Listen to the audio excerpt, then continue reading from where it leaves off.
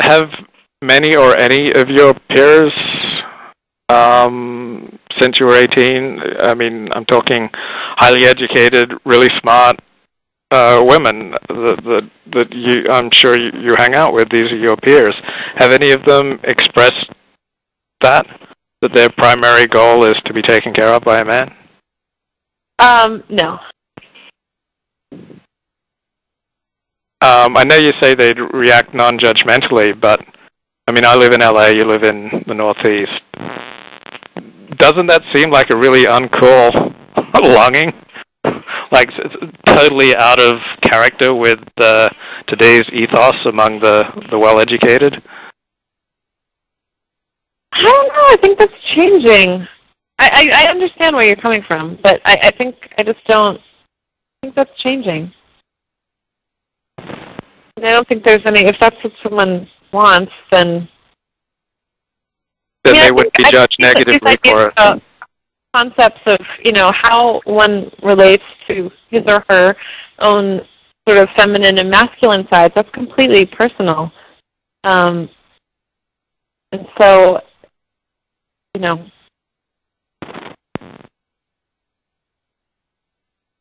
yeah, I think... I'm sorry, could you keep going? I didn't quite get it. You said how one relates to one's masculine and feminine side is completely personal. And could you just keep going on that? What you mean?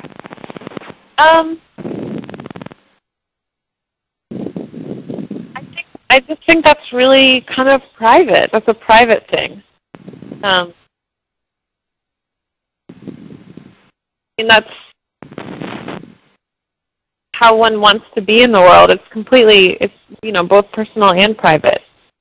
And so I don't really, I certainly wouldn't want to be,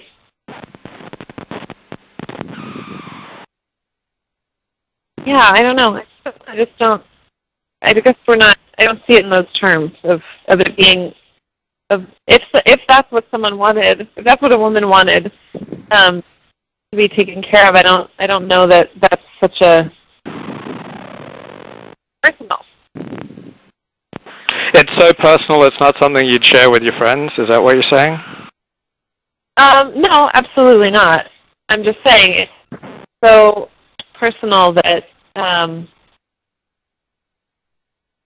that there's just no room to kind of pass judgment of cool or uncool or going against the ethos or, I just don't really see it in those terms.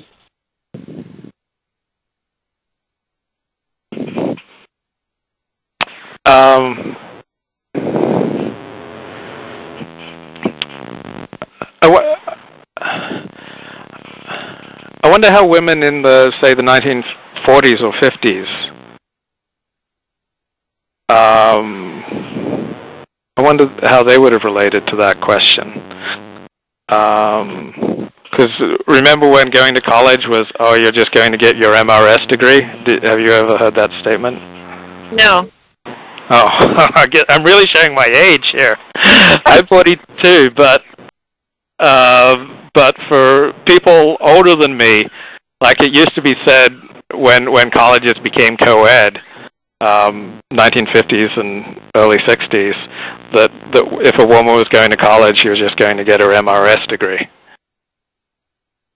Which means, she's going to get married. Got it. So how would a woman in that generation have related to the question? To what? Well, it seems like in your mother's generation, it just seems from our discussion that was what they wanted most, was to be taken care of by a man. But now it's like...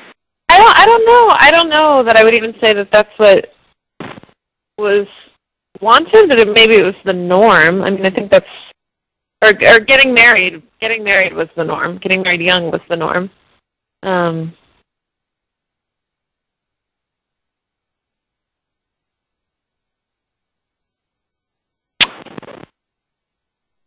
So it's kind of interesting to think, like, your memoir is filled with highly embarrassing personal revelations, both on your part and on other people's part. But much of what is embarrassing seems to be socially constructed. Yes, I mean, I think within. Oh, absolutely, and also embarrassment is also very subjective. I think, what embarrasses one. I mean, I think people relate to the book in really different ways because what embarrasses one person doesn't necessarily embarrass another.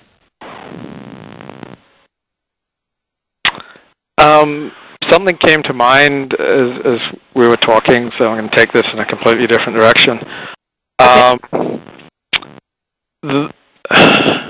It seems to me that the most embarrassing thing that someone in our peer group can do, meaning educated peer group, like been to college, people who read books, who read the New York Times, the most embarrassing thing that you can do is to ever publicly commit or say an act of racism. What do you think about that? Because the theme of accidentally revealing yourself as a racist does not appear in your book, yet it seems to me that's probably the biggest social faux pas that you can make in today's society. What do you think about that issue? Yeah, I mean, I think that there's a lot of shame around issues of racism. I mean, we also live, and that people. I teach a memoir writing class, and one of my is first generation American. His parents came here. And Came from where? Poland. Okay, got it. Yeah.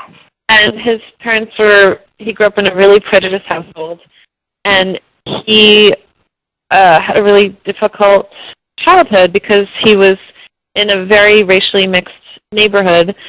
And at home, his parents were extremely overtly racist. And then at school, he was in mixed classrooms, and he just had a really hard time figuring out what his own racial identity was, and his own ideas about racial consciousness, apart from his parents. And I was really glad that he wrote this book. He wrote an essay, and it was good for class discussion. But even in the class discussion, I noticed that there were some people who, I guess it's a very sensitive topic, and I could tell that he felt uncomfortable in some ways.